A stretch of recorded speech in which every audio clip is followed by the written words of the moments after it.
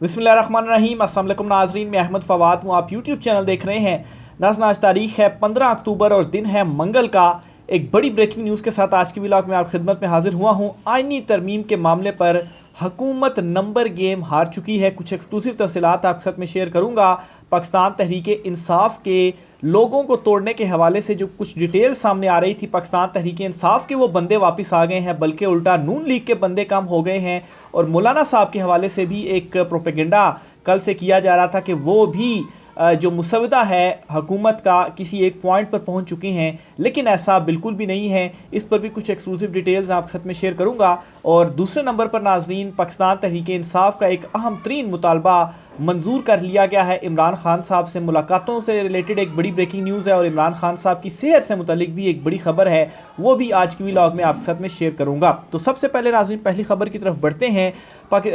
आईनी तरमीम के मामले पर हुकूमत को एक बड़ा झटका पहुंचा है और हुकूमत की जो नंबर गेम है वो हार चुकी है। मौलाना फजल रहमान साहब को मनाने की टिल का जोर जो है वो लगाया गया कि मौलाना फजल रहमान किसी तरीके से मान जाएं, और हुकूमत एक ही सूरत में नंबर गेम पूरी कर सकती थी कि मौलाना फजल रहमान जो हैं वो मान जाएं। और इसीलिए 17 और 18 अक्टूबर इन दो तारीखों के ऊपर बड़ा जोर दिया जा रहा था। और प्लान ये था कि इन दो तारीखों में जो आईनी तरमीम है वो एक झटके से लाई जाए। और इसके लिए एक प्लान बी भी सामने आया था कि जिसमें इलेक्शन कमीशन ऑफ पाकिस्तान अपना इजलास जो कि मखसूस नशिस्तों से मुतलिक होगा और स्पीकर के लेटर पर होगा कि 17 तारीख को इजलास होने जा रहा है, और कोई ऐसा नोटिफिकेशन आ जाता है कि इसमें जो मखसूस नशिस्तें अगर हुकूमत को दे दी जाती हैं तो मौलाना साहब के बगैर भी जो नंबर गेम है हुकूमत वो पूरा कर सकती है। लेकिन इस प्लान को भी झटका पहुंचा है, क्योंकि इलेक्शन कमीशन ऑफ पाकिस्तान के जो मेंबर्स हैं, एक तो Sikandar Sultan Raja chief election commissioner हैं, इसके अलावा चारों जो सूबे हैं इन सूबों का भी एक एक मेंबर होता है इलेक्शन कमीशन का।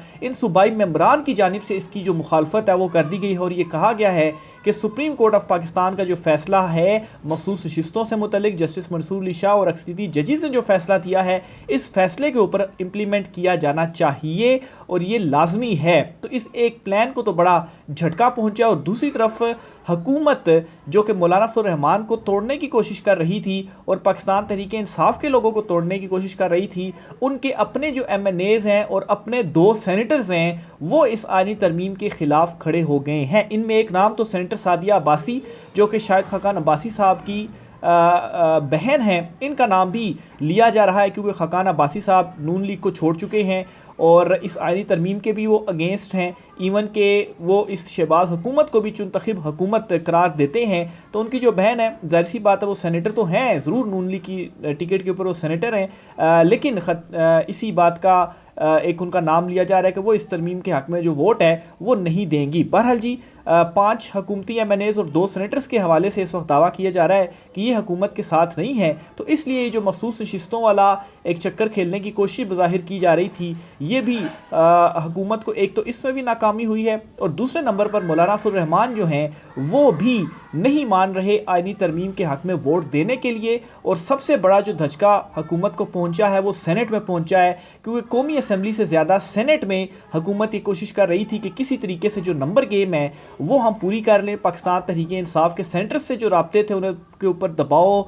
डालने की जो कोशिश थी वो की गई कि वो हमें जो वोट है वो दे दें। लेकिन अब ये इतलात हैं कि 2 सेनेटर्स के हवाले से जिनका बताया जा रहा था जी 2 या 3 कि वो पाकिस्तान तहरीक इंसाफ से हटकर और जो वोट है वो हुकूमत को दे देंगे, लेकिन उनके हवाले से भी अब ये दावा बाखबर हल्कों की जानिब से सामने आया कि वो भी अब वापस आ गए हैं, वो भी हुकूमत के हक़ में वोट नहीं देंगे। और उन्होंने भी ये देख लिया है कि मौलाना साहब नहीं मान रहे, और अगर हम वोट दे भी देते हैं तो हमारी सिर्फ नहीं बल्कि हमारी नस्लों की सियासत ख़त्म हो जाएगी, और उल्टा इस वोट का कोई फ़ायदा भी नहीं होने वाला, माँ सिवाय इसके कि जो इस वक्त 50-50 करोड़ की बोलियां लग रही हैं वो रुपया मिल जाएगा, लेकिन उसके बाद सारी जो सियासत है वो हमारी और हमारी नस्लों तक की ख़त्म हो जाएगी कि अवाम जो है उसके बाद हमें नहीं छोड़ेगी। और इसकी एक एग्जांपल है कि इमरान खान के ख़िलाफ़ जो अदम एतमाद का वोट आया था और उसमें जो बहुत सारे लोग लौटे हुए थे, उनके साथ फिर बाद में क्या हुआ, क्या अवाम ने उनके साथ किया, ये एक एग्जाम्पल ऑलरेडी सेट है। और अगर अभी कोई इमरान खान साहब को धोखा देता है तो फिर तो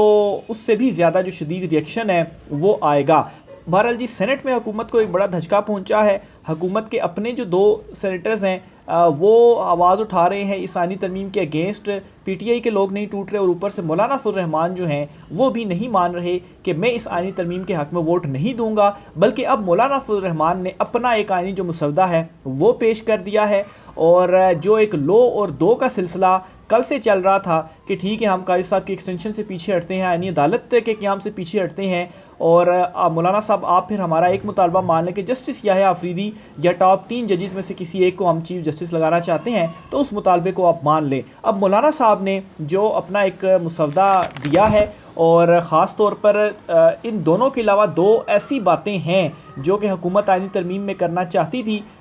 लेकिन इसके अगेंस्ट मौलाना फजल रहमान जो है वो खड़े हो गए हैं। इनमें तो एक इंसानी हकूक़ से मुतल्लिक आर्टिकल था, उस पर हुकूमत तरमीम करना चाहती थी, और अगर ये तरमीम हो जाती तो फिर बज़ाहिर जो इंसानी हकूक़ हैं जो कि अभी भी मुअत्तल नहीं है वो भी मुअत्तल हो जाते, और दूसरा फ़ौजी अदालतों का जो क़याम था इस हवाले से भी हुकूमत तरमीम करना चाहती थी। तो इन दो चीज़ों के ख़िलाफ़ भी मौलाना फजल रहमान जो हैं वो नहीं मान रहे। जहाँ तक आईनी अदालतों और जजिस की उम्र या एक्सटेंशन का मामला है, चले उस हद तक तो टॉप 3 के साथ बारगेन किया जा रहा था जी कि टॉप 3 में से किसी को चीफ़ लगा देते हैं, जस्टिस याह्या चीफ़ आ जाएंगे, आप इस चीज़ के ऊपर मान जाए, हम उन दोनों चीज़ों से हट जाते हैं। लेकिन असल जिस चीज़ के ऊपर मौलाना फजल रहमान खड़े हुए हैं वो फ़ौजी अदालतों से मुतल्लिक है, और दूसरा इंसानी हकूक़ से मुतल्लिक एक आर्टिकल है, उसमें तरमीम से मुतल्लिक मौलाना फजल रहमान जो हैं वो खड़े हुए हैं। और इसकी एक रीज़न ये है कि मौलाना साहब की जो सियासत है वो KP की सियासत है, और अगर फ़ौजी अदालतें बनती हैं तो अभी तो जो ट्रायल हो रहे हैं, इसके अलावा भी इस बात का खदशा है जी कि फिर KP से शायद बहुत सारे लोग होंगे जिनके फ़ौजी अदालतों में जो ट्रायल हैं वो हो जाएं। तो बहरहाल मौलाना फजल रहमान साहब की सियासत उधर है, और मामलात मौलाना साहब ने वहाँ पर भी देखने हैं, तो इस वजह से मौलाना साहब नहीं मान रहे। और मौलाना साहब ने कल खुलकर एक तकरीर भी कर दी, और इस हुकूमत को भी चुनतखिब हुकूमत करार दे दिया गया है मौलाना फजल रहमान की जानिब से। और इस्टेब्लिशमेंट के हवाले से भी जो है वो मौलाना फजल रहमान साहब बोले हैं, और उन्होंने कहा है कि असल धांधली आप करवाते हैं, क्योंकि मैं जब सियासत में आया था तो मेरी जो दाढ़ी थी वो काली दाढ़ी थी, और अब ये दाढ़ी सफ़ेद हो चुकी है। तो जब आप हमें बताते हैं कि हम धांधली नहीं करते तो ये बात हम मानने के लिए तैयार नहीं हैं। तो मौलाना फजल रहमान की जानिब से कल से एक प्रोपेगेंडा भी ये चल रहा था, ख़बरें कुछ चल रही थी कि चीज़ें फाइनलाइज हो गई हैं, बिलावल जरदारी के साथ मिलकर अब वो सारा मामला हतमी हो जाएगा। तो इस पर अब ये एक बड़ी कन्फर्मेशन सामने आई है कि मौलाना फजल रहमान जो है वो नहीं मान रहे, और ऊपर से हुकूमत की जो नंबर गेम है उस पर भी उनको झटका पहुँचा है, और हुकूमत इस टाइम तक जो नंबर गेम है वो हार चुकी है। और हुकूमत का जो प्लान था कि 17 और 18 तारीख को हम आईनी तरमीम लाना चाह रहे हैं, तो इस प्लान को भी झटका पहुंचा है। 17 और 18 को भी नहीं आएगी, और जाहिर सी बात है अगर अभी हुकूमत पूरी नहीं कर सकी तो आगे कहाँ से करेगी। तो 25 से पहले हुकूमत का टारगेट है कि आईनी तरमीम हम कर लें, लेकिन अब इस तरह से नज़र नहीं आ रहा कि हुकूमत 25 से पहले आईनी तरमीम कर पाएगी, क्योंकि अगर इजलास बुलाया जाता है और इजलास में आपके पास नंबरी गेम पूरी ना हो तो फिर उसके बाद आपके इजलास बुलाने का क्या फ़ायदा होगा। तो एक तो जी आईनी तरमीम और हुकूमती नंबर गेम के हवाले से एक ये बहुत बड़ी ब्रेकिंग न्यूज़ थी जी, जो कि आपके साथ मैंने शेयर करनी थी। और ख़ास तौर पर सेनेट में, चूँकि कौमी असम्बली और सेनेट दोनों से ये तरमीम पास करवानी होगी, तो सेनेट में ख़ास तौर पर हुकूमत को जो झटका है वो पहुंचा, और सेनेट में जो तादाद है वो हुकूमत से पूरी नहीं हो पा रही। और मौलाना फजल रहमान की जानिब से तो बल्कि यहाँ तक कह दिया गया कि आइन के साथ खिलवाड़ की कोशिश की गई तो फिर हम भी सड़कों पर होंगे। तो मेरे ख्याल से जिस तरह से पाकिस्तान तहरीक इंसाफ एहतजाज की कॉल दी देती है तो हुकूमत डर जाती है, तो अगर मौलाना साहब ने भी कॉल दे दी और उधर से PTI भी आ गई तो ये चीज़ तो बिल्कुल हुकूमत अफोर्ड नहीं कर सकती। दूसरी बड़ी खबर जो आपके साथ शेयर करनी है वो ये है जी, एक तो पाकिस्तान तहरीक इंसाफ ने अपना एहतजाज मौखर कर दिया है। कल तक जो कमेटी के इजलास हो रहे थे तो इस बात पर पाकिस्तान तहरीक इंसाफ की जो सियासी कमेटी थी वो कायम थी जी कि जो एहतजाज है वो होगा ही होगा, हम उसे मौखर नहीं करेंगे। अलबत्ता जो ज़्यादा लीडरशिप थी वो एहतजाज मौखर करने के हक़ में थी। बैरिस्टर गोहर हो गए, अली अमीन गंडापुर हो गए, ये उन टॉप में से थे जो एहतजाज मौखर करना चाहते हैं। हमाद अजहर वगैरह, मुराद सईद वगैरह या शहबाज गिल चाहते थे कि जो एहतजाज है वो होना चाहिए। बहरहाल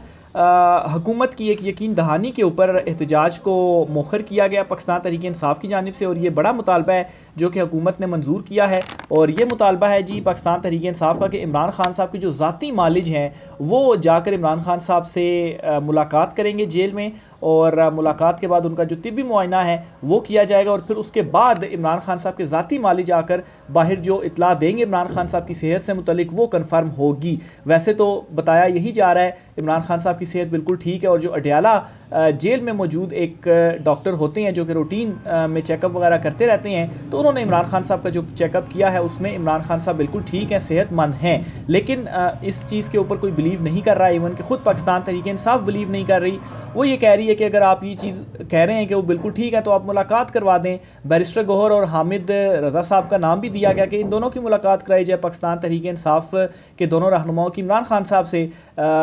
लेकिन इस पर इनकार किया गया। तो एटलीस्ट डॉक्टर ज़ाती मालिज की मुलाकात पर हुकूमत ने यकीन दहानी करवा दी है, और बैरिस्टर गौहर जो हैं उनका एक वीडियो बयान भी इस हवाले से सामने आ गया है।